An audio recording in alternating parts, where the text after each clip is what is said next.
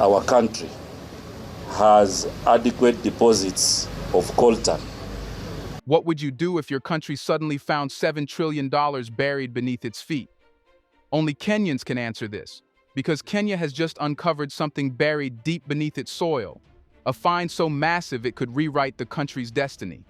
$7 trillion worth of coltan, the rare mineral that powers the world's most advanced technology. But is this the dawn of unprecedented prosperity, or the beginning of a dangerous game that has destroyed nations before? Let's find out.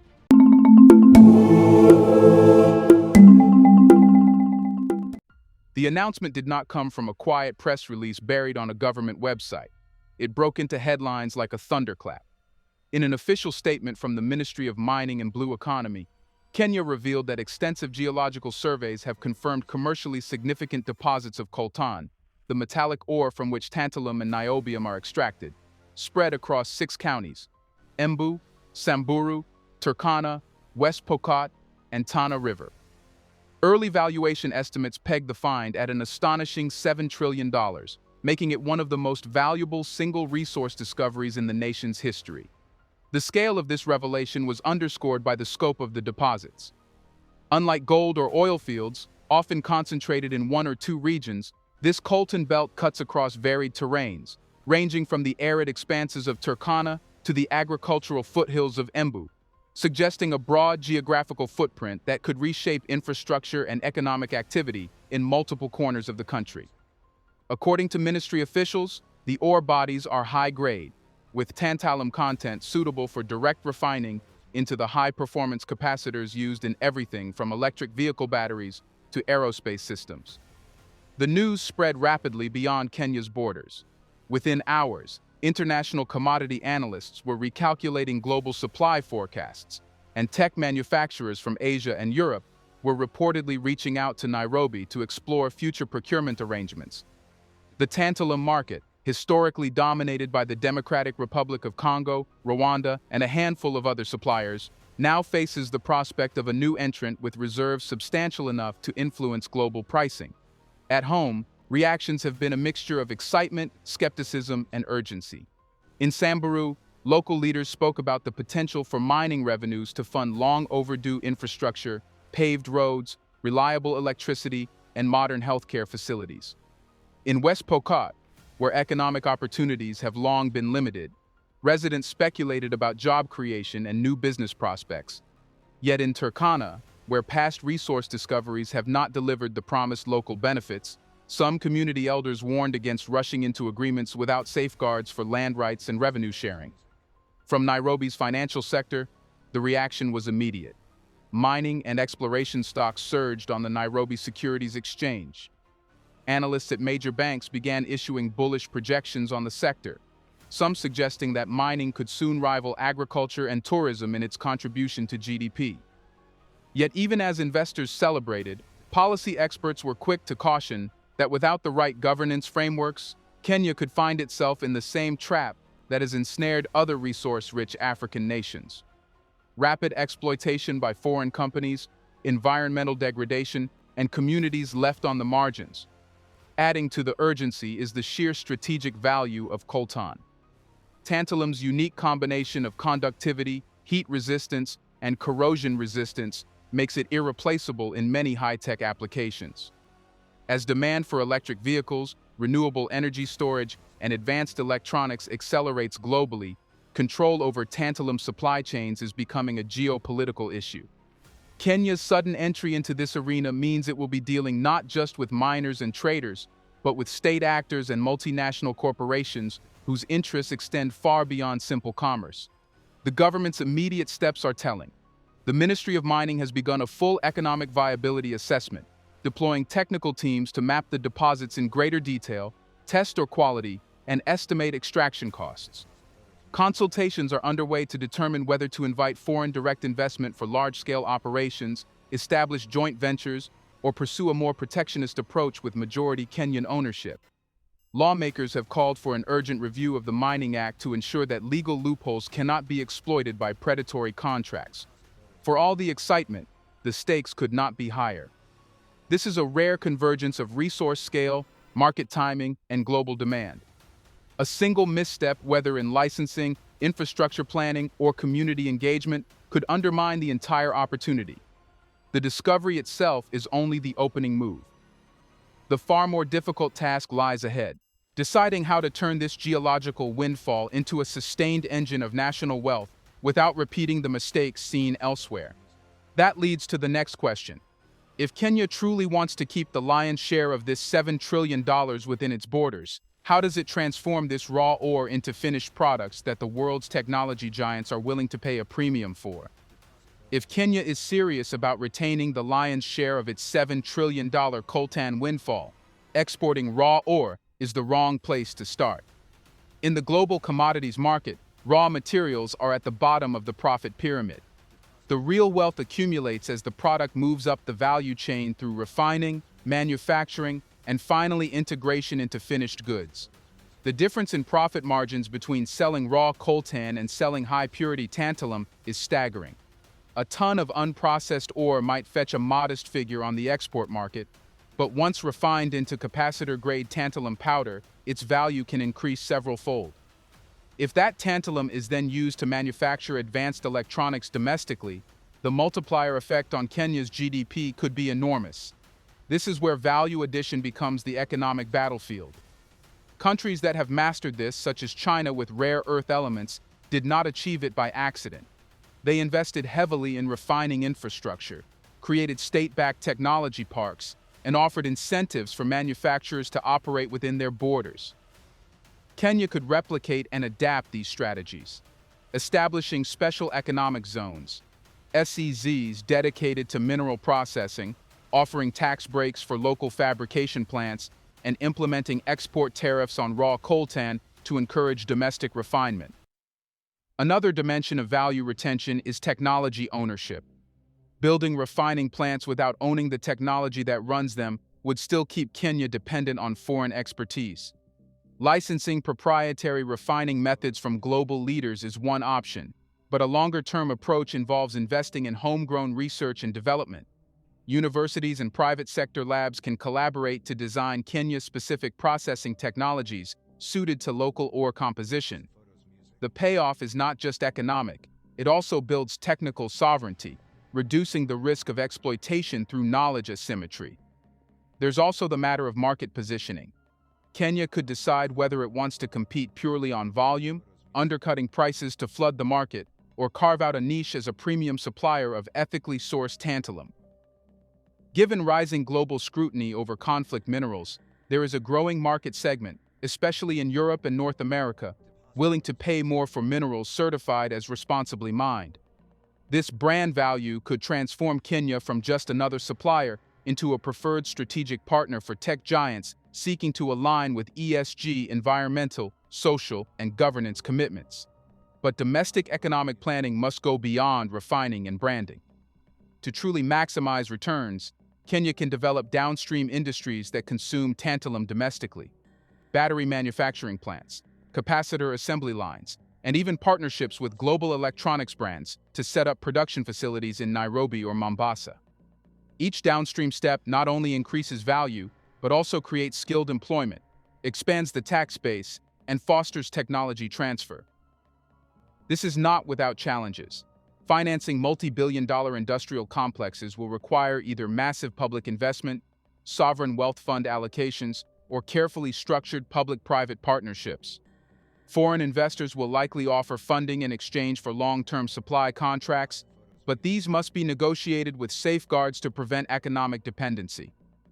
Additionally, large-scale industrialization demands supporting infrastructure, stable electricity supply, modern transport corridors, and secure logistics for high-value exports. The risk of overexposure to a single commodity is another factor Kenya must consider. While the immediate revenue potential of coltan is tempting, commodity prices can fluctuate dramatically. Economists warn that resource-rich nations can fall into the mono-export trap, where over-reliance on one resource makes the economy vulnerable to market shocks. The best way to avoid this is to channel coltan revenues into broader industrial diversification, manufacturing, renewable energy, and high-tech agriculture, so that the economy remains resilient even if tantalum prices drop.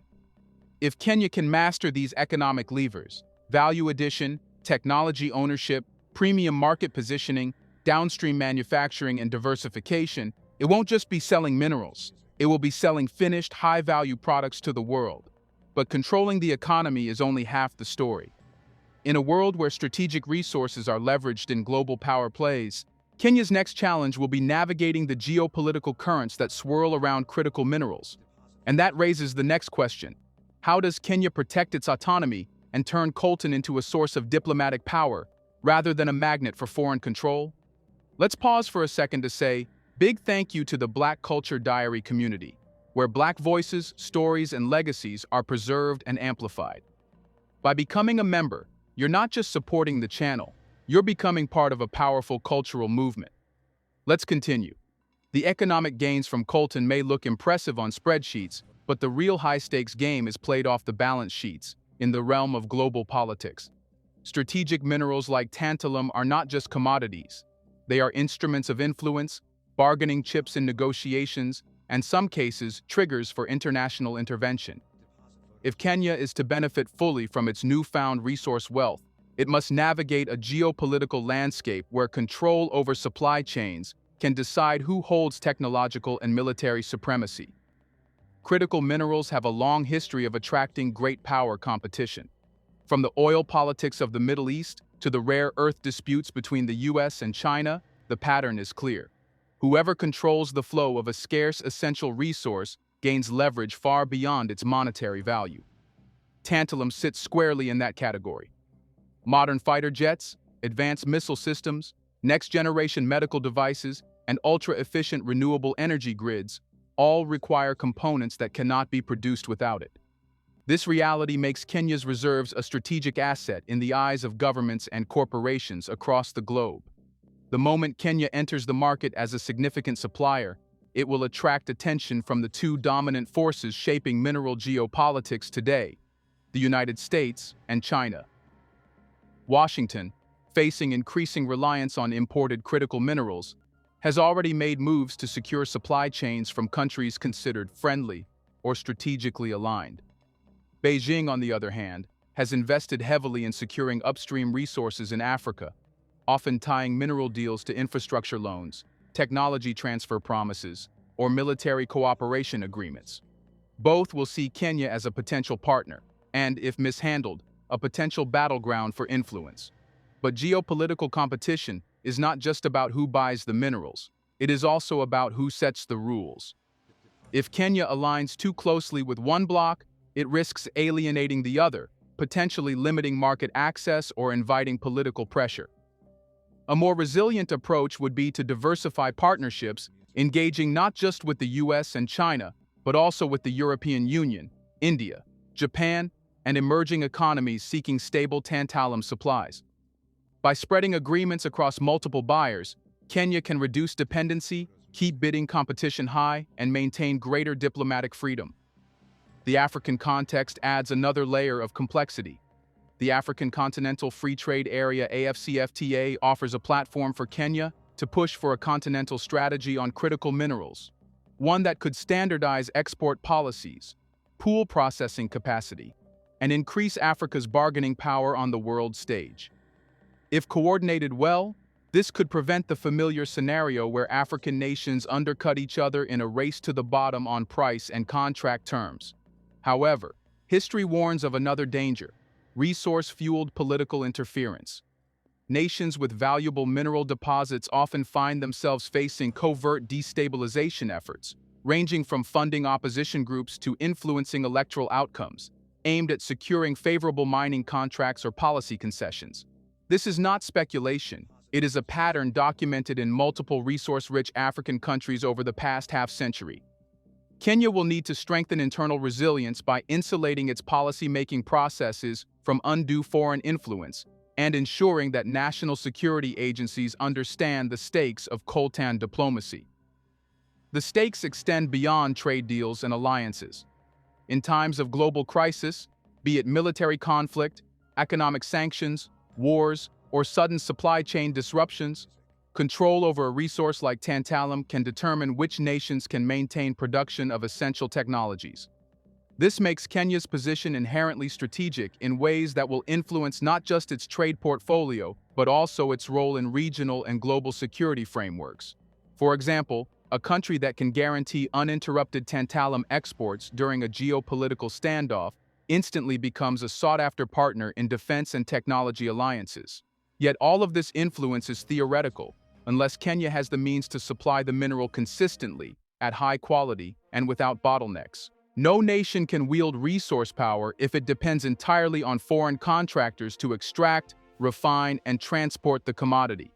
Which leads to the next critical question. How can Kenya build the industrial and technological capacity to control its coltan destiny instead of handing the keys to outsiders? Here's a reminder to please like and share the video and subscribe to our channel to watch more videos on Black culture, history, civilization, and identity. Let's continue now. Kenya's newfound coltan reserves give it the potential to hold a powerful position on the global stage, but influence without capability is an illusion. Without the industrial machinery, skilled workforce, and technological mastery to handle coltan from extraction to finished product, Kenya risks being reduced to a landlord collecting rent while outsiders reap the real rewards. The challenge, therefore, is not just to dig the mineral out of the ground, but to control every stage of its transformation. The first step in building this capacity is developing state-of-the-art extraction systems that can handle high-value minerals with minimal loss. Unlike bulk commodities such as coal or limestone, coltan must be mined with precision to preserve ore quality. This means deploying advanced geological mapping tools, sensor-based ore sorting, and precision drilling technologies, methods that increase yield while reducing waste. Kenya will need to secure these technologies, either through strategic partnerships with mining tech companies or by nurturing local innovation through targeted research funding. Once extracted, coltan's journey has only begun.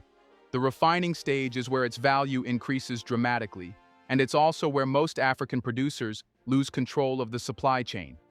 To avoid this, Kenya must invest in domestic refining complexes capable of producing high-purity tantalum and niobium powders that meet international electronics-grade standards. This is not a task for a single facility in the capital. It requires a network of regional processing hubs linked to the mining sites, each equipped with modern smelting and chemical separation units. Industrial mastery also depends on securing a reliable energy backbone. Processing coltan is energy-intensive, and an inconsistent power supply can cripple output. Here, Kenya can leverage its existing strengths in renewable energy, geothermal, wind, and solar, to power processing plants sustainably. By doing so, Kenya not only reduces operating costs, but also creates a green mining brand that could appeal to environmentally conscious buyers in Europe and Asia. A critical but often overlooked factor is workforce specialization. Operating advanced mining and refining equipment requires metallurgists, chemical engineers, mineral economists, and quality control experts. Kenya's universities and technical institutes will need to establish specialized curricula focused on critical mineral processing. Scholarships, industry apprenticeships, and partnerships with global engineering schools can accelerate the creation of a talent pipeline that ensures operations are run and maintained by Kenyan professionals rather than long-term foreign contractors. Industrial capacity also hinges on logistics and security infrastructure. High-value minerals like coltan attract smuggling and theft unless transport systems are both efficient and secure. Dedicated mineral freight lines, GPS-tracked transport fleets, and customs protocols designed specifically for critical minerals can prevent leakages in the supply chain. Building modern mineral corridors that link mines, refineries, and ports will be essential for meeting delivery deadlines demanded by high-tech manufacturers. Then there is the need for quality assurance systems. Tantalum destined for aerospace or medical applications must meet stringent purity and consistency standards. Kenya will need accredited testing laboratories equipped with advanced spectrometry and metallurgical analysis tools to certify its output for global markets. Without these certifications, even the best processed coltan risks being undervalued on the international stage. Finally, industrial sovereignty requires strategic redundancy. Relying on a single refinery, one transport route, or one major contractor creates vulnerabilities that can be exploited during disputes or disruptions. Kenya's long-term plan should include multiple processing sites, alternative export routes, and diversified supplier relationships for critical inputs like chemicals and spare parts. By building an end-to-end industrial ecosystem, from mine mouth to final product, Kenya can not only keep control over its coltan, but also dictate the terms on which it enters the global market. This transformation, however, comes with its own set of pressures. Large-scale industrialization often clashes with environmental sustainability and community rights, raising the next unavoidable question.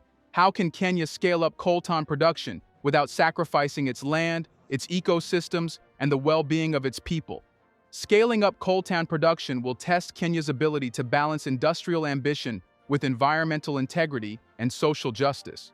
The pressure to maximize output will be immense, but so too will be the scrutiny from local communities, environmental watchdogs, and global buyers who increasingly demand ethically sourced minerals. In this final stage of the journey from discovery to delivery, Kenya's decisions will determine whether the coltan boom leaves behind prosperity or scars. The ecological risks of coltan mining are not theoretical. In parts of Central Africa, poorly managed extraction has stripped forests bare, disrupted wildlife migration routes, and contaminated waterways with heavy metals. Kenya's diverse mining zones, from the semi-arid landscapes of Turkana to the fertile lands of Embu, host fragile ecosystems that, once degraded, could take decades to recover. To prevent this, Kenya will need to implement site-specific environmental management plans that account for each region's unique vulnerabilities. For example, mining in Tana River County will require stringent water management systems to protect downstream agriculture and biodiversity, while operations in Samburu may need dust control measures to safeguard grazing lands. One of the most effective ways to embed sustainability is through closed-loop mining systems, technologies, and processes designed to minimize waste and recycle water and chemicals used in refining.